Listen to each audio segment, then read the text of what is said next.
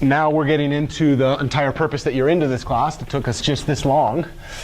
And this is why I always want to teach a full quarter on matrix multiplication, because really, if we were to do matrix multiplication, well, we should have a whole, like, each of us should code up our own data class that allows us to do that. But we are now into the whole reason why this is a prerequisite class for so many of your things. Let's go ahead and do if u is in Rn times n with, I'll get with your question in just a second, Omer, uii not equal to 0 for all I element of n, and y in Rn is known, then backward substitution has the following algorithm.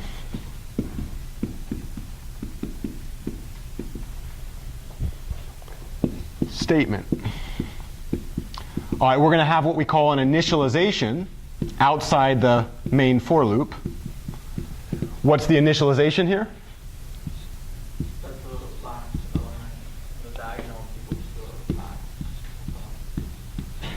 The last entry, yep.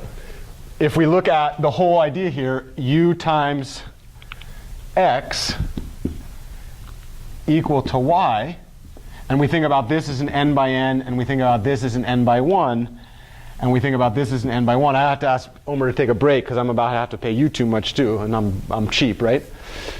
So the last entry of this thing, what's the last entry?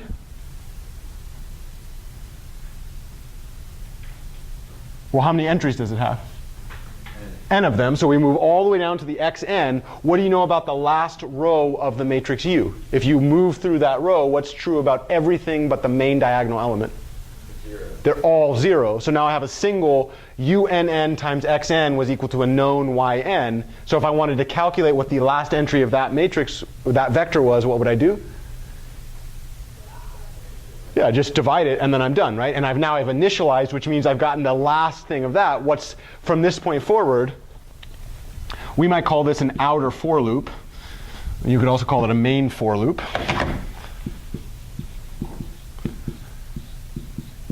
And we might say for I goes from, well, what's the thing that we start with right after we get the 1 at the bottom? N minus 1, then what?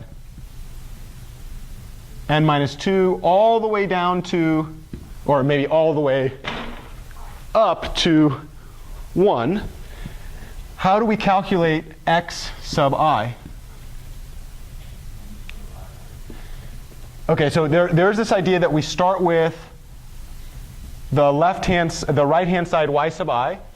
We subtract all non-diagonal elements, right?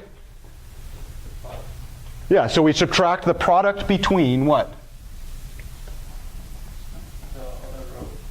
The other row elements. And remember, for the non-diagonal row elements, where do those start? 1 after that. 1 after the diagonal. The diagonal was on I, so what's 1 after the diagonal? I plus 1. And we go all the way to the last entry. What's the last entry in this case? N.